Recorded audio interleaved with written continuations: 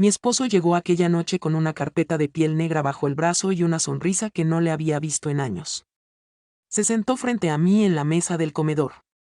Esa mesa que elegimos juntos en una mueblería de Andares, cuando todavía nos tomábamos de la mano, y abrió la carpeta con la calma de quien presenta un proyecto de negocios. Elena, esto se acabó. Aquí están los términos. Deslizó un documento hacia mí como si fuera el menú de un restaurante. Sus ojos brillaban con esa seguridad que una vez me enamoró y que ahora me revolvía el estómago. Leí por encima las palabras.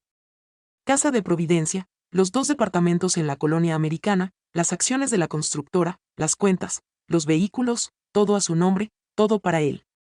Al final del documento, como una nota al pie de página de nuestra vida entera, aparecía una línea que decía: la custodia de la menor queda a cargo de la madre. Nuestra hija Valeria, de 10 años, reducida a un párrafo entre comas legales. La miré dormir esa noche con su cuaderno de dibujo sobre la almohada y el cabello revuelto como un nido de pájaros. Sentí algo que no era tristeza ni miedo. Era una calma helada que me recorrió desde la nuca hasta los dedos de los pies. Porque yo llevaba 3 años esperando exactamente ese momento. No respondí aquella noche. Le dije que necesitaba tiempo para procesarlo y él aceptó con la falsa magnanimidad de quien ya se sabe vencedor. Se sirvió un whisky, encendió el televisor y terminó dormido en el sillón como cualquier martes. Yo me encerré en el baño, abrí la llave del agua para ocultar el sonido y llamé a mi abogada, la licenciada Herrera. Ya lo pidió, susurré.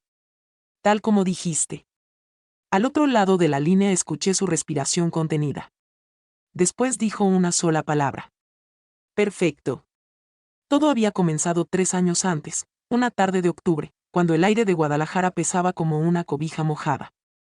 Sebastián había salido a una reunión con inversionistas y yo me quedé en casa con Valeria, que tenía fiebre. Necesitaba el termómetro digital que él guardaba en el cajón de su escritorio. Al abrirlo encontré un sobremanila grueso, sin etiqueta, escondido debajo de una caja de puros. Dentro había estados de cuenta de un banco en León que yo no conocía, contratos de compraventa de terrenos con nombres de empresas que jamás había escuchado y comprobantes de transferencias a una cuenta a nombre de Camila Navarro Ríos. Las cantidades eran absurdas. Millones de pesos moviéndose entre sociedades fantasma como agua atravesando una coladera. Me temblaron las manos. No por miedo. Por la brutal revelación de que el hombre con quien dormía todas las noches era un completo desconocido. Guardé todo exactamente como estaba, respetando hasta el mismo doblez de los papeles y colocando otra vez la caja de puros encima. Le tomé la temperatura a Valeria, le preparé un té de manzanilla y me senté junto a ella mientras dormía, organizando en silencio todo lo que acababa de descubrir. Sebastián dirigía una constructora mediana que desarrollaba proyectos habitacionales en Jalisco y León. Siempre presumía de sus ventas exitosas, de los contratos con dependencias municipales, del flujo constante de dinero que nos permitía vivir en Providencia, viajar 2 veces al año a Puerto Vallarta y enviar a Valeria a un colegio privado bilingüe. Pero aquellos documentos contaban otra historia. Una historia de facturas infladas. De licitaciones arregladas con funcionarios municipales. De terrenos comprados a precios ficticios y revendidos al gobierno con márgenes imposibles. Mi esposo no era un empresario exitoso. Era un delincuente vestido de hombre de negocios. La primera semana después del descubrimiento fue la más difícil de mi vida. Cada vez que Sebastián cruzaba la puerta de la casa, sentía el impulso de gritarle, arrojarle los documentos al rostro y exigirle una explicación. Pero algo me detuvo. Una voz fría y práctica dentro de mí repetía una y otra vez. Si hablas ahora, destruirá las pruebas, moverá el dinero y te dejará sin nada. Y peor aún. Si aquellas operaciones eran ilegales, como todo indicaba, yo también podía quedar involucrada por ser su esposa bajo el régimen de sociedad conyugal. El miedo ya no era solamente emocional. Era jurídico. Cada peso obtenido ilegalmente también podía convertirse, en teoría, en una responsabilidad mía. Busqué ayuda con absoluto silencio. Contacté a un auditor utilizando un teléfono de prepago comprado en un 7-Eleven. Pagué sus honorarios con dinero de una cuenta de BBVA México que mi madre me había dejado antes de morir. Una cuenta cuya existencia Sebastián jamás conoció porque permanecía a nombre de ella y yo únicamente era la beneficiaria. Nos reuníamos en cafeterías de colonias donde nadie pudiera reconocernos. en Lafayette, en Arcos Vallarta, y una vez en Zapopan Centro. El auditor, un hombre callado y metódico llamado Ingeniero Salgado, tardó 4 meses en completar el rompecabezas. Y cuando terminó, comprendí que la realidad era mucho peor de lo que había imaginado. El panorama era mucho peor de lo que había imaginado. Sebastián operaba un sofisticado esquema de triangulación fiscal utilizando al menos 4 empresas fachada. Compraba terrenos ejidales a precios ridículos mediante prestanombres, los escrituraba con valores inflados y después los vendía a distintas dependencias gubernamentales mediante contratos previamente arreglados. La diferencia terminaba repartida entre él, un funcionario municipal de Tlaquepaque y su contador de toda la vida, el licenciado Cárdenas. Además, mantenía a Camila Navarro Ríos en un departamento de Puerta de Hierro, le había comprado un automóvil y le depositaba una cantidad fija cada mes. Pero aquello apenas era el principio. Las deudas reales de la constructora eran enormes. Sebastián financiaba todo aquel castillo de cartas mediante créditos puente otorgados por bancos y préstamos privados, utilizando como garantía todas las propiedades que aparecían registradas a nuestro nombre. Si ese imperio se derrumbaba, los bancos vendrían primero por la Casa de Providencia, después por los departamentos de la colonia americana y finalmente por cualquier otro bien relacionado con nuestro patrimonio. Y yo quedaría sepultada bajo los mismos escombros. Fue en ese instante cuando dejé de ser la esposa de Sebastián. Me convertí en alguien completamente diferente. Nunca he sabido explicar exactamente cómo ocurrió. Era como si una parte de mí hubiera tomado asiento dentro de mi propia mente para dirigir cada movimiento con una frialdad que incluso a mí me asustaba. La otra parte seguía sonriendo, preparando la cena, preguntándole: ¿cómo te fue hoy, mi amor? Funcionaba como un programa automático. 2 mujeres viviendo dentro del mismo cuerpo. La actriz y la estratega. Lo primero era proteger aquello que todavía podía salvar. Consulté a la licenciada Herrera, una especialista en derecho familiar y patrimonial que Patricia también me había recomendado. Le llevé toda la documentación. Su expresión pasó de la sorpresa al horror profesional en apenas unos minutos. Elena, si esto sale a la luz mientras siguen casados bajo sociedad conyugal, responderá solidariamente por todo esto. Se quedó unos segundos observando los papeles antes de continuar.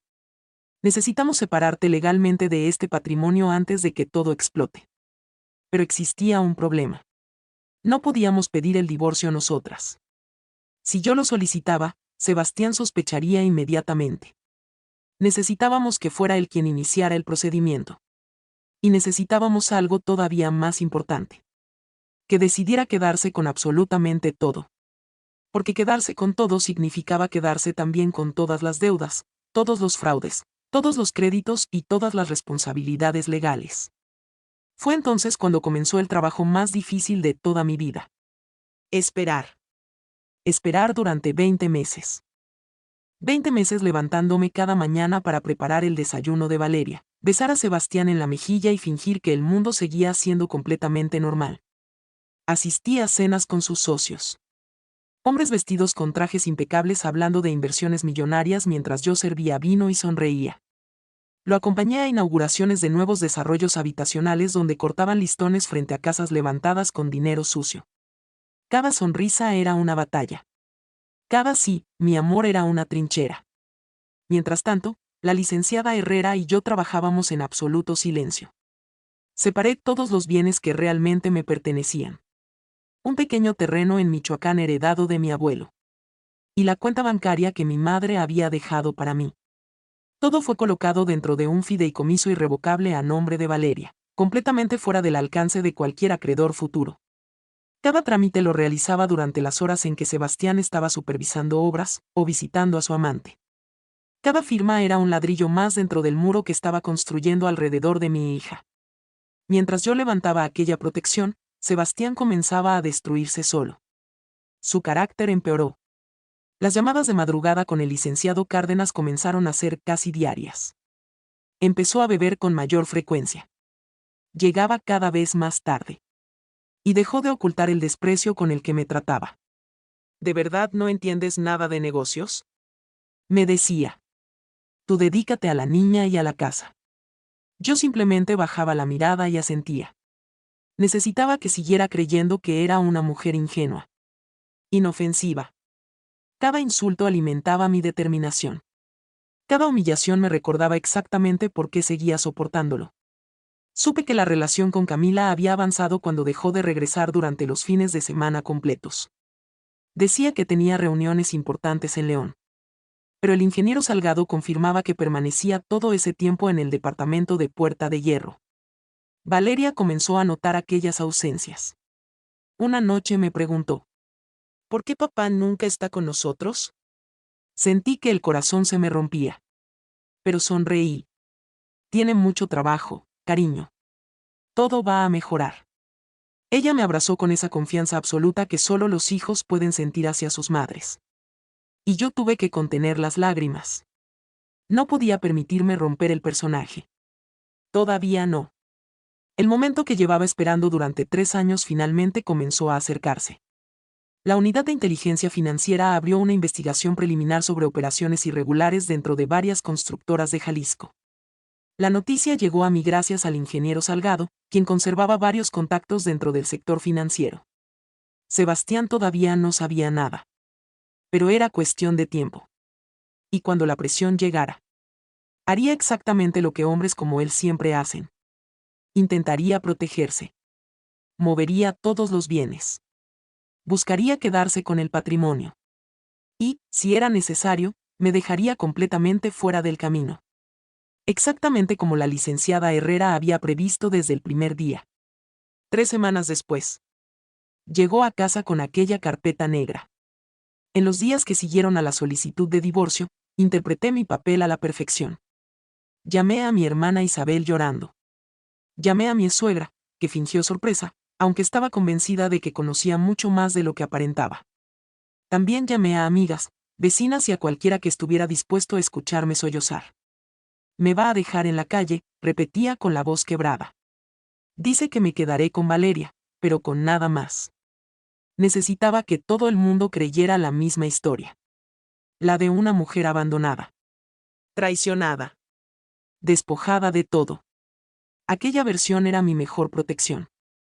La licenciada Herrera y yo comenzamos a reunirnos con el abogado de Sebastián, un hombre arrogante llamado licenciado Fuentes, cuyo despacho se encontraba sobre Avenida Vallarta.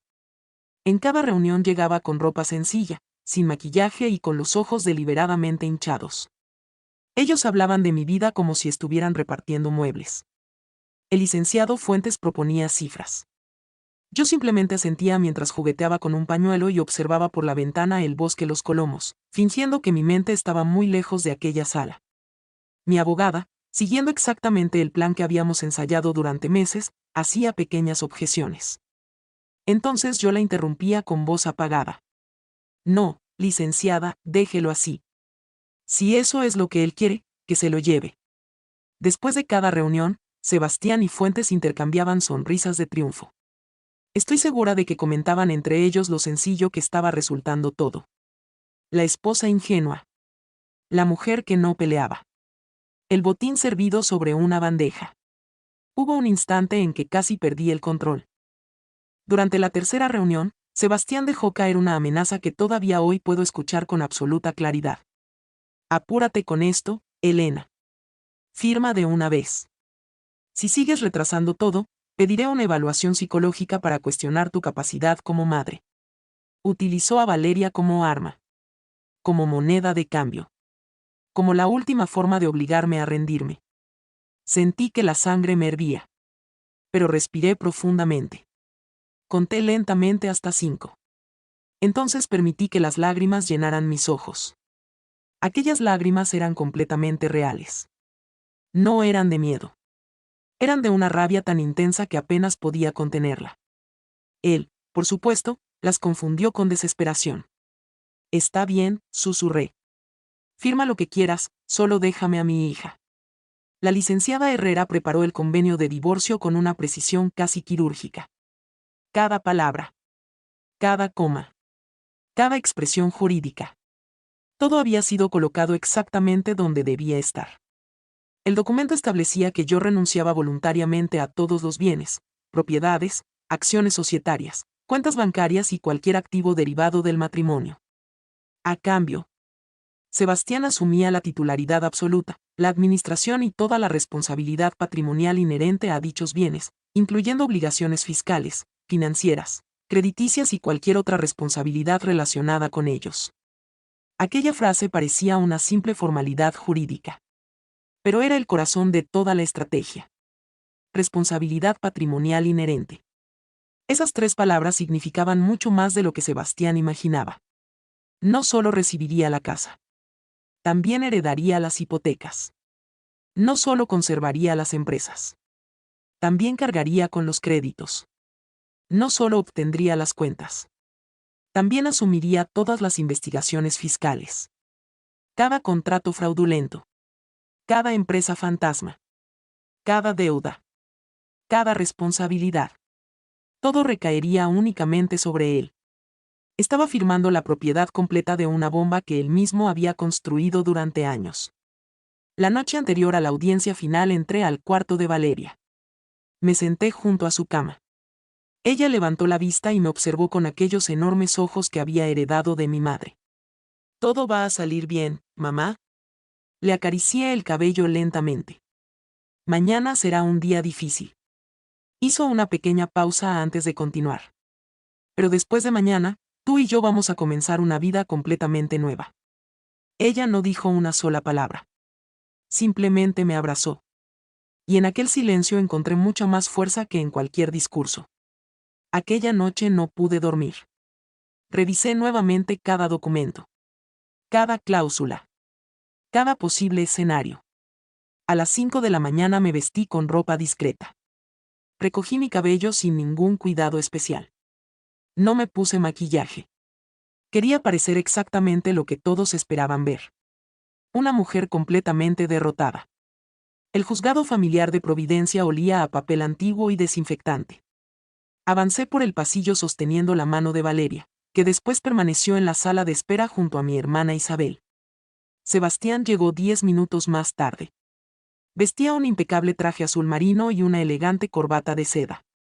Por fortuna, Camila no lo acompañaba. Al menos había conservado ese mínimo gesto de decencia. Se sentó con la tranquilidad de quien está a punto de recibir un premio. El licenciado Fuentes acomodó cuidadosamente toda la documentación sobre la mesa. Solo quería terminar cuanto antes. La jueza, una mujer de aproximadamente 55 años, comenzó a leer el convenio. Su voz permanecía completamente neutra. Mientras escuchaba cada cláusula, mantenía las manos inmóviles sobre mi regazo. Observé a Sebastián relajarse poco a poco.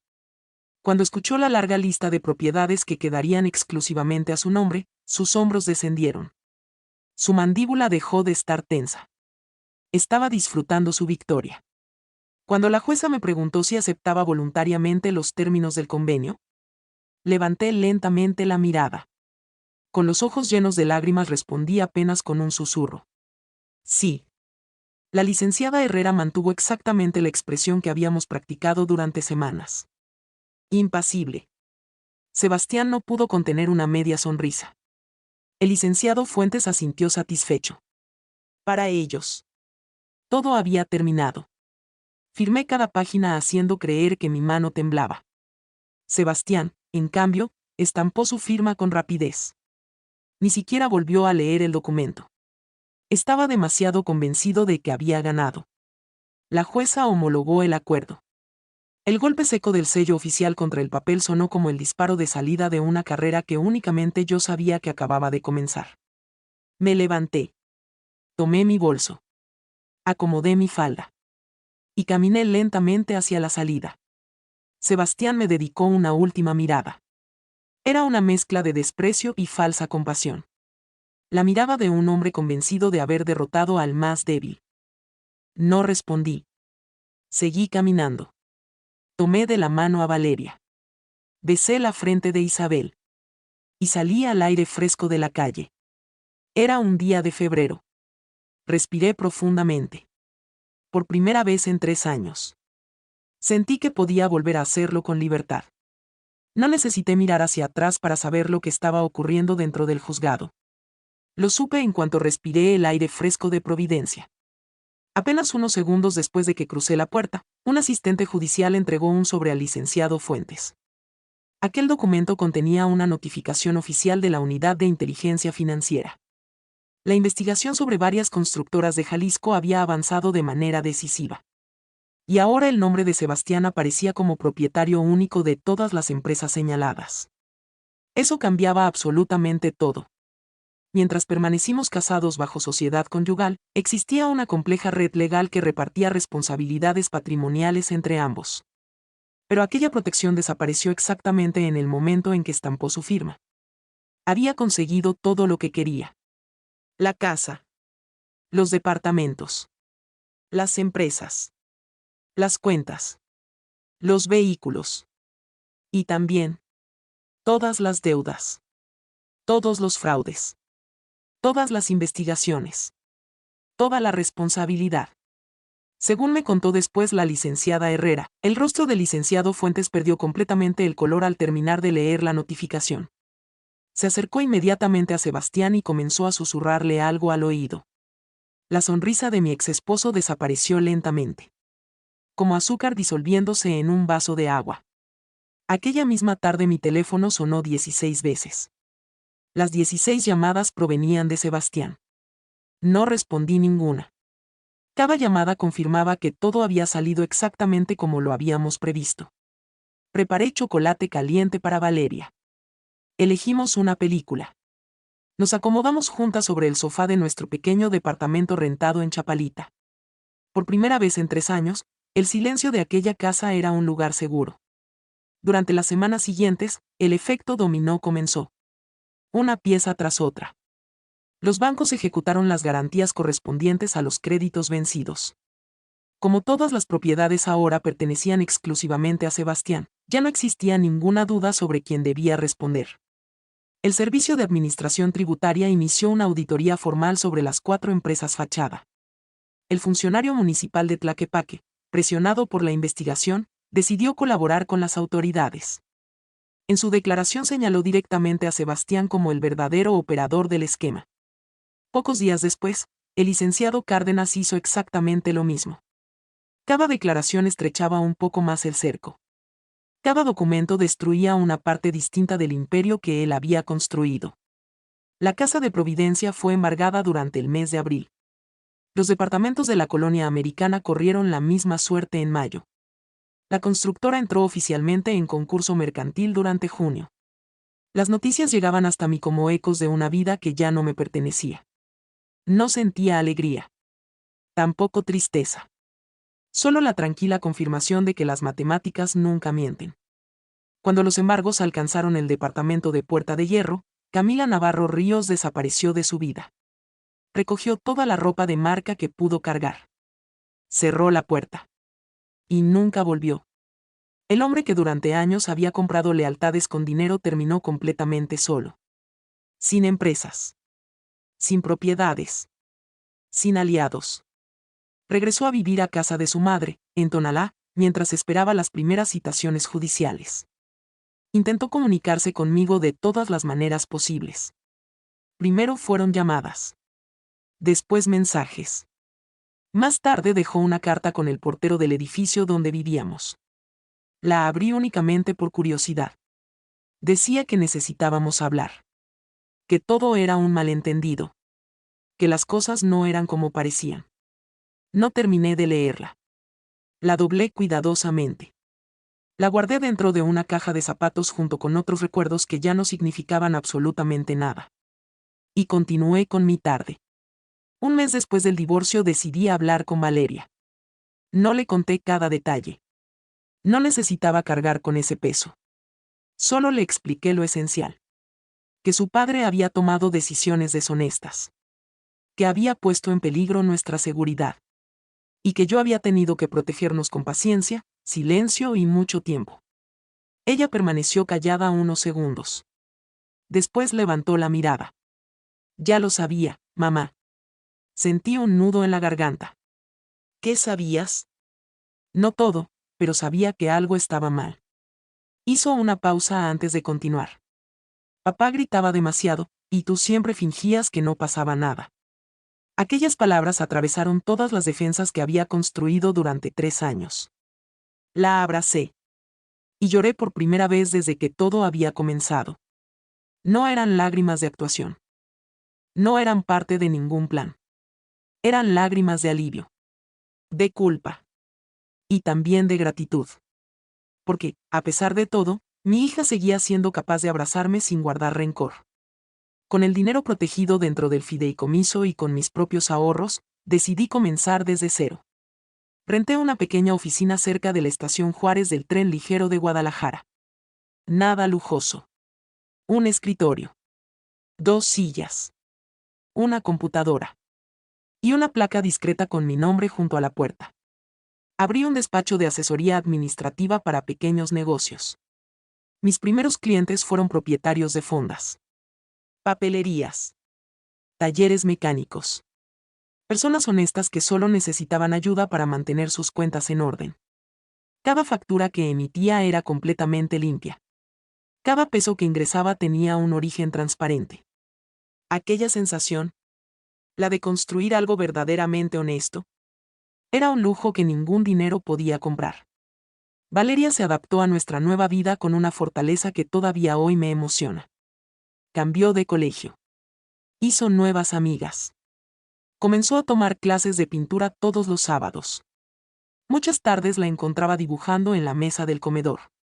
Me quedaba observándola en silencio, maravillada de que aquella niña hubiera logrado conservar su dulzura después de todo lo que había vivido. Ella era la prueba de que cada noche sin dormir, cada silencio y cada sacrificio habían valido la pena. 6 meses después del divorcio, Sebastián solicitó el concurso civil. Su nombre apareció en los registros del buró de crédito con una calificación prácticamente irrecuperable. Los mismos socios que antes competían por sentarse a su lado ahora cruzaban la calle para evitar saludarlo. La investigación penal avanzó lentamente, como suelen hacerlo muchos procesos en este país. Fue citado a declarar en varias ocasiones. El antiguo funcionario municipal de Tlaquepaque recibió una sentencia condenatoria y, durante su declaración ministerial, volvió a señalar a Sebastián como el principal responsable del esquema de corrupción. Lo vi una sola vez después de todo aquello. Fue por casualidad en Liverpool Galerías Guadalajara. Estaba mucho más delgado. Las profundas ojeras hacían que pareciera varios años mayor. Vestía ropa sencilla, probablemente prestada. Cuando me reconoció, se levantó de inmediato. Por la expresión de su rostro comprendí que quería hablar conmigo. Tal vez deseaba pedir perdón. Tal vez pretendía justificarse. O quizás simplemente necesitaba que alguien lo escuchara. Nunca lo sabré. Porque no le di la oportunidad. Lo miré durante apenas un segundo. Con la misma serenidad con la que uno observa una noticia antigua en un periódico. Después seguí caminando con el libro de Valeria bajo el brazo. No sentía odio. Tampoco satisfacción. Solo una profunda indiferencia. Era como encontrarse con un personaje perteneciente a una historia que había terminado hacía mucho tiempo. Unas semanas más tarde invité a comer a la licenciada Herrera en un restaurante de Lafayette que siempre le había gustado. Brindamos discretamente. Sin discursos. Sin celebraciones exageradas. Después de unos minutos me sonrió. En más de 20 años ejerciendo esta profesión nunca había conocido a una clienta con tanta sangre fría. Sonreí. Negué lentamente con la cabeza. No fue sangre fría. Fue instinto de madre. Cuando alguien amenaza con arrebatarte a tu hija, descubres una fuerza que ni siquiera sabías que existía. Aquella vez insistí en pagar la cuenta. Era un gesto pequeño. Pero para mí significaba absolutamente todo.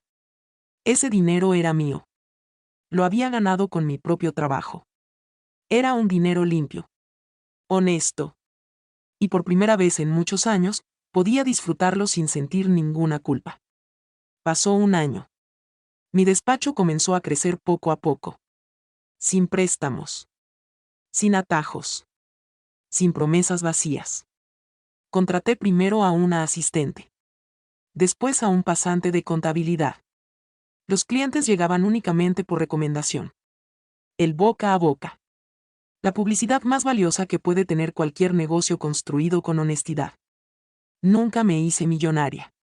No compré una casa enorme. Ni un automóvil de lujo. Pero cada mes pagaba puntualmente la renta. La colegiatura de Valeria estaba asegurada. y el fondo para sus estudios universitarios seguía creciendo poco a poco. Aquella estabilidad modesta era mucho más valiosa que cualquier mansión. Cuando Valeria cumplió 11 años, organizamos una pequeña fiesta en el departamento. Globos. Pastel de 3 leches. Música sonando demasiado fuerte. La vi reír con el rostro cubierto de betún rosa. Y comprendí que ese sonido era el verdadero éxito. No necesitaba 3 automóviles. No necesitaba una casa gigantesca. No necesitaba cenas exclusivas. Solo necesitaba verla crecer en un hogar donde nadie levantaba la voz. Donde nadie vivía con miedo.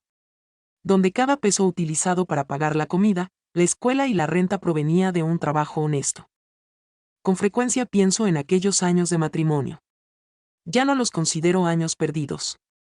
Fueron el precio de una educación que ninguna universidad puede ofrecer. Aprendí a leer contratos. A interpretar estados financieros.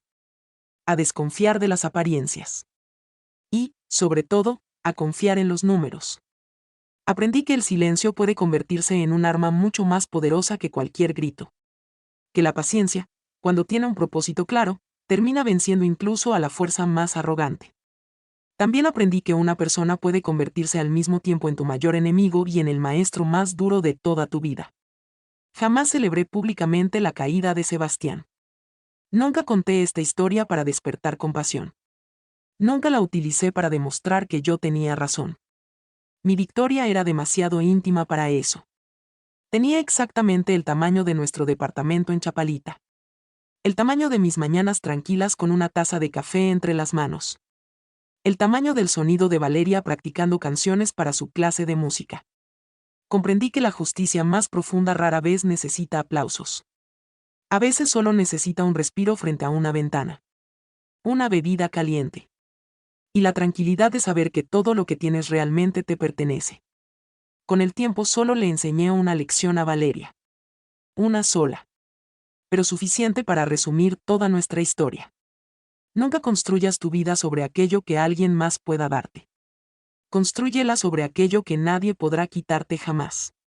Lo que sabes. Lo que vales.